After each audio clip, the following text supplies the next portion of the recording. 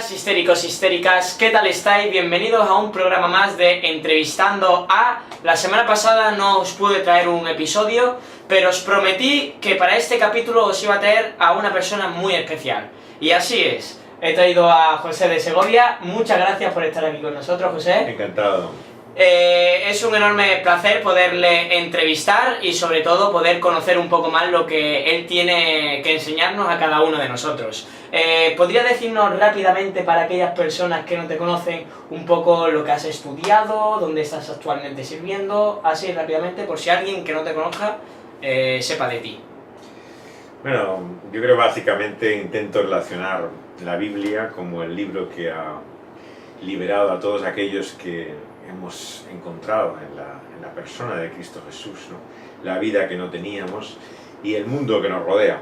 Entonces mi actividad por un lado ha sido el estudio de ese mundo, el periodismo, estudié Ciencias de la Información, Comunicación en la Universidad de Madrid, y luego en Holanda y en Inglaterra con John Stott primero, luego en la Universidad de Kampen, y de nuevo en Inglaterra, ¿no? Aplicándola a la predicación, intenté relacionar esa Biblia y ese mensaje liberador con este mismo mundo en el que vivimos, ¿no? Y este es todavía la tarea en la que estoy empeñado. Un desafío que nunca termina, ¿no? Porque Que siempre no termina. surgen modas, siempre surgen estilos diferentes y siempre pues tenemos que ver de qué manera se relaciona, ¿no?, con las enseñanzas bíblicas. La primera pregunta que tengo para ti, José, es... has dicho que has estudiado en otros centros fuera de España, sobre todo teológicos, que es donde queremos hacer aquí el énfasis, y siempre existe una tendencia a amar más lo de afuera y ver más los defectos internos. Queremos entonces defender un poco las instituciones cristianas evangélicas, no solo el ISTE, sino otras instituciones en las que tú también estás actualmente sirviendo. ¿Qué ventajas tiene el poder estudiar aquí en España que no nos lo puede ofrecer a lo mejor una facultad en Reino Unido, América o Holanda o cualquier otro país? Efectivamente hay un cierto complejo, sobre todo latino en general, no me refiero solamente a América, sino también a España, y Italia, Portugal, el sur de Europa, ¿no?, respecto a Centro Europa y el mundo anglosajón, ¿no?, que tanto ha desarrollado la teología evangélica. Y en este sentido, algunos piensan que el monopolio de la teología está en ese contexto, claro. Y es una idea absurda, ¿no?, puesto que realmente la tarea de pensar sobre la fe no pertenece solamente a una lengua, a una cultura, sea la inglesa o la alemana, ¿no?, sino que pertenece a toda sociedad, lengua y cultura. En concreto, el contexto español en el que estamos hace que ahora, por la providencia de Dios, haya 4 facultades reconocidas como universidades teológicamente. Entonces, la titulación también que se ofrece en estos centros tiene ahora la validez universitaria, que puede dar un estudio no solamente en cualquier otro país, ¿no?, sino mayor que en muchos contextos de escuela bíblica o seminario, donde la titulación no es todavía universitaria, ¿no? En ese sentido, creo que es un momento muy especial, ¿no?, para los centros de formación, que aseguro, por lo menos en los dos que yo enseño, en el Bautista de Alcobendas como aquí en ISTE, hay un deseo sincero de basar su fe en la Escritura, ¿no?, y de someterse a ella, ¿no? Y aunque son todos ellos entidades con una cierta pluralidad, en la cual hay diferentes puntos de vista, enfoques, opiniones, esto no se tiene que ver como una amenaza, ¿no? Yo creo que precisamente el desafío a estudiar es confrontarse, ¿no?, con visiones, opiniones que no son las tuyas, y mirarlas a la luz de la Escritura, nuestra base de fe. Y en ese sentido es un aprendizaje también para la vida, ¿no?, el saber confrontar lo que escuchas y incluso lo que tú mismo piensas con lo que la Biblia dice. Una frase muy típica que se está escuchando y se ha escuchado durante varios años aquí en España es que la formación en seminarios, más que beneficiar a la Iglesia, lo que ha hecho en muchas ocasiones ha sido perjudicarla. Eso ha creado que muchos sectores se hayan cerrado en banda de mandar estudiantes a estudiar en seminario porque ven más un perjuicio más que un beneficio para la Iglesia. ¿Compartes esa visión? ¿Tienes algo que decir al respecto sobre esa mentalidad, ese pensamiento? Yo creo que efectivamente en un contexto como el nuestro en España, donde el ministerio fundamentalmente y el liderazgo, diríamos, se basa en un carácter carismático, ¿no? No tanto en la formación o los estudios, hay un deprecio e incluso casi un demérito, ¿no? En haber estudiado en un centro educativo, ¿no? Se ve casi como un problema. Pero yo creo que en primer lugar es la ignorancia realmente de lo que la formación contribuye a la persona, porque es cierto que personas pasan por centros, ¿no? Y se desorientan, ¿no? Pero claro, es porque eran personas que también tenían esa inmadurez y desorientación ya previamente, o sea, no se le han traído los centros. Entonces la idea de que realmente se conforma la mente de las personas en estos lugares en los cuales estudiamos depende, claro, de la falta de conformidad de la mente de aquellos que vienen a estudiar acá. Y yo creo que no refleja finalmente una realidad. O sea, efectivamente que hay personas que no dan un buen nombre, digamos, a la formación teológica, porque han convertido la teología en un lenguaje especulativo, son incapaces de conectar, de comunicar con las personas, adquieren una jerga, un lenguaje, y sobre todo lo más incómodo, yo creo, para todo el mundo, y los creyentes en particular, ese tono arrogante, un tanto soberbio, del que sabe, y que después de haber estudiado pues da lecciones a los demás de lo que conoce. Claro, pero esto es un problema tanto en los formados académicamente como en los autodidactas. Claro, conocemos personas todos que leen muchos libros, que tienen sus propias ideas y opiniones, y cuando hablan están encantados de conocerse, ¿no? Son totalmente personajes egocéntricos, que no son capaces de escuchar una sola opinión que la suya, totalmente llenos de sí mismos, ¿no? Claro, y esto es incompatible con el espíritu cristiano, hayas estudiado o no, o sea, no tiene nada que ver con la formación o el conocimiento que tú tengas, tiene que ver con la persona, ¿no? y su actitud equivocada. En nuestra facultad, si alguien está interesado en visitarnos y ver un poco cómo funcionamos, regalamos 2 días de prueba para que puedan visitarnos. Y si tú tuvieras que recomendar una asignatura para que alguien que nos esté viendo quiera indagar y tomar esos primeros pasos con la teología, ¿qué asignatura recomendarías tú? De las asignaturas que se comienza a estudiar en un centro de formación como este, hay varias introducciones, ¿no? Que te pueden servir, ¿no? La base pues, siempre de la formación teológica son las asignaturas que pertenecen, digamos, al departamento de Biblia o de teología sistemática, ¿no? La doctrina expuesta, ¿no?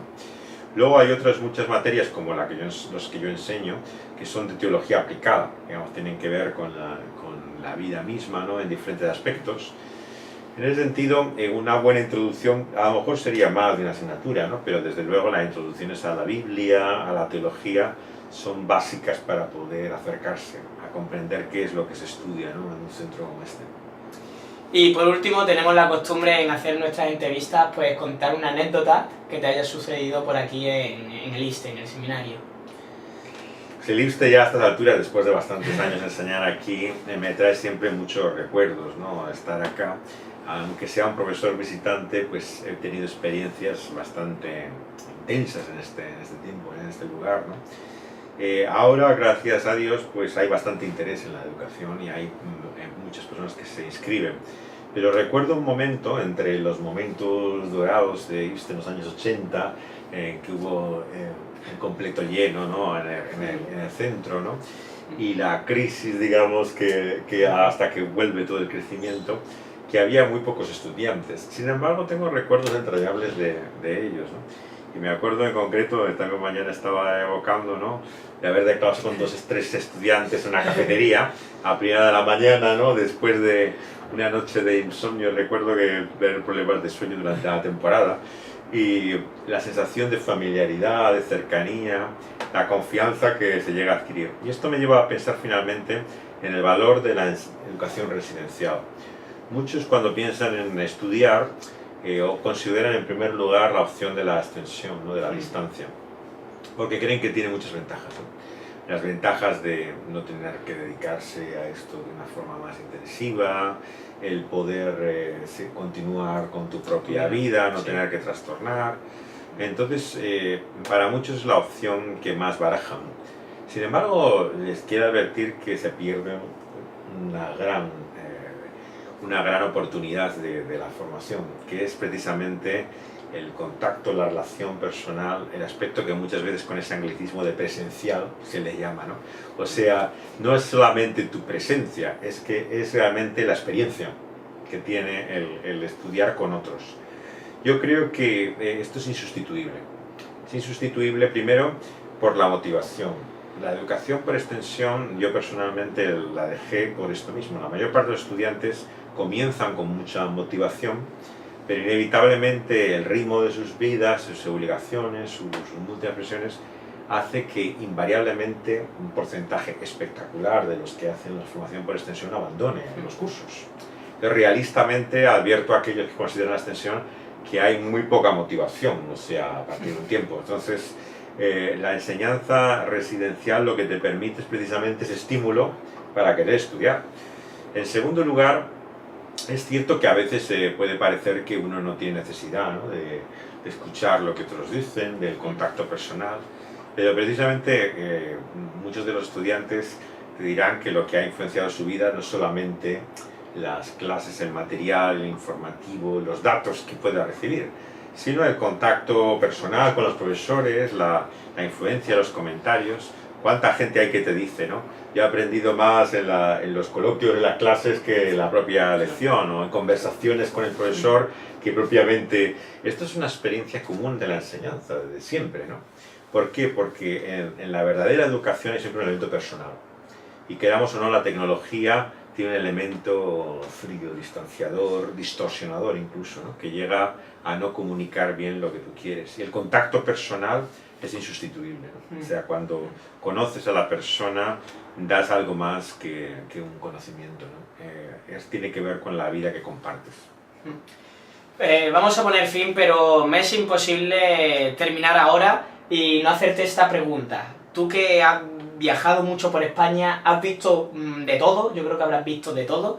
Quiero que nos ayudes, a nosotros como seminario y a la misma vez a la gente que nos está viendo, a que nos plantees o nos hagas ver qué desafíos tenemos nosotros como facultad, qué desafíos tienen los estudiantes cuando vienen, qué desafíos tienen las personas que están dudando si venir o no venir, y qué desafíos tienen cuando termina un seminarista, cuando sale al mundo. ¿Cuáles son esos desafíos que tenemos que pelear cada uno de estos 4 sectores? Efectivamente me gusta la descripción, ¿no? La vida es un desafío, o sea, quien no se lo plantea simplemente es que está ignorando, ¿no?, lo que hace que la vida sea vida, que merezca la pena. Entonces es un desafío el estudiar, ¿no?, y el hecho de dar el paso finalmente, ¿no?, de dedicarse a ese elemento de estudio, es ya un reto, ¿no?, que uno tiene que confrontar y plantearse, ¿no? Una vez lo inicias, ¿no?, te vas a encontrar con un desafío que es las continuas trabas, dificultades, obstáculos que vas a encontrar a lo largo de todo ese periodo de tiempo, ¿no?, en el estudio, en la disciplina que se supone, en la falta de motivación que puedes tener a veces por algunas materias, ¿no? Y en ese sentido te encuentras claramente que el reto está ahí con una gran fuerza. Pero incluso, como bien dices, cuando uno acaba y se gradúa, te planteas ahora qué, ¿no? En ese sentido, el desafío es precisamente que esas herramientas, esos instrumentos que hemos adquirido en la formación, los pongamos en práctica.